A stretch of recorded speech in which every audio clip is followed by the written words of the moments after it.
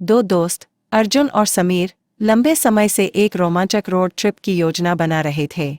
एक दिन उन्होंने अचानक फैसला किया कि वो अगले दिन ही अपनी यात्रा शुरू करेंगे। उनका गंतव्य एक पहाड़ी क्षेत्र में स्थित एक पुराना किला था, जिसे भूतिया कहा जाता था।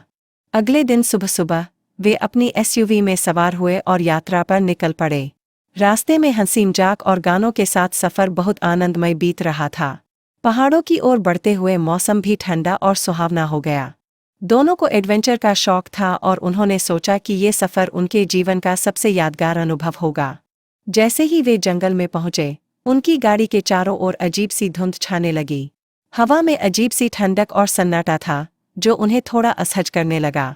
अचानक उनकी गाड़ी का इंजन झटके से बंद हो गया।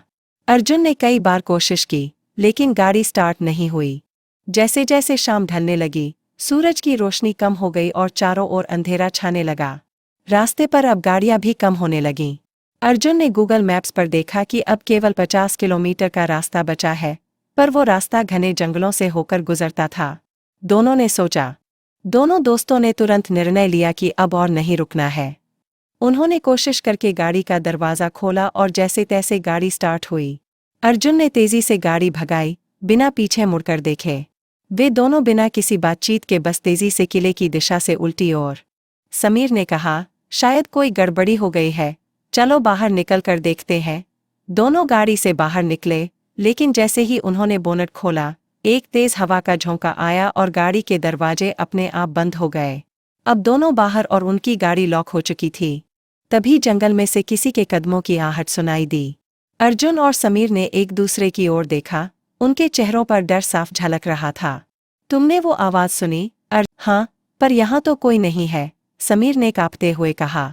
तभी अचानक से उनके सामने एक छाया प्रकट हुई। वह छाया धीरे धीरे उनकी ओर बढ़ रही थी। उनके शरीर जैसे पत्थर हो गए, वे हिल भी नहीं पा रहे थे। छाया के नज़दीक आते ही उनके दिल की धड़कनें और तेज हो गईं। अचानक से छाया ने कुछ कहा, लेकिन उसकी आवाज़ जैसे किसी पुराने रेडियो की टूटती फूटती आवाज़ की तरह थी। यहाँ से भाग जाओ, यह रास्ता तुम्हारे लिए नहीं है, उस छाया ने कहा। समीर ने डरते डरते पूछा, तुम कौन हो? छाया हंसने लगी, लेकिन उसकी हंसी डरावनी और भयानक थी। यह रास्ता उन लोगों के लिए है जो वापस नहीं जाते। अगर तुम आगे बढ़े, तो तुम्हारी आत्मा हमेशा के लिए यहीं भटकती रहेगी। अर्जुन ने धीरे से पूछा। दोनों दोस्तों ने तुरंत निर्णय लिया कि अब और नहीं रुकना है। उन्होंने कोशिश करके गाड़ी का दरवाज़ा खोला और जैसे तैसे गाड़ी स्टार्ट हुई। अर्जुन ने तेजी से गाड़ी भगाई, बिना पीछे मुड़कर देखे। वे दोनों बिना किसी बातचीत के बस तेजी से किले की दिशा से उल्टी ओर। सुबह होने तक वे शहर के नज़दीक पहुंच चुके थे। दोनों एक दूसरे की ओर देख रहे थे, लेकिन कुछ कह नहीं पा रहे थे। उन्हें अब समझ आ चुका था कि कुछ जगहों पर जाना सिर्फ एडवेंचर नहीं, बल्कि खतरा होता है। उस दिन के बाद उन्होंने कभी भी उस किले का नाम नहीं लिया और न ही उस रात की घटना के बारे में किसी को बताया।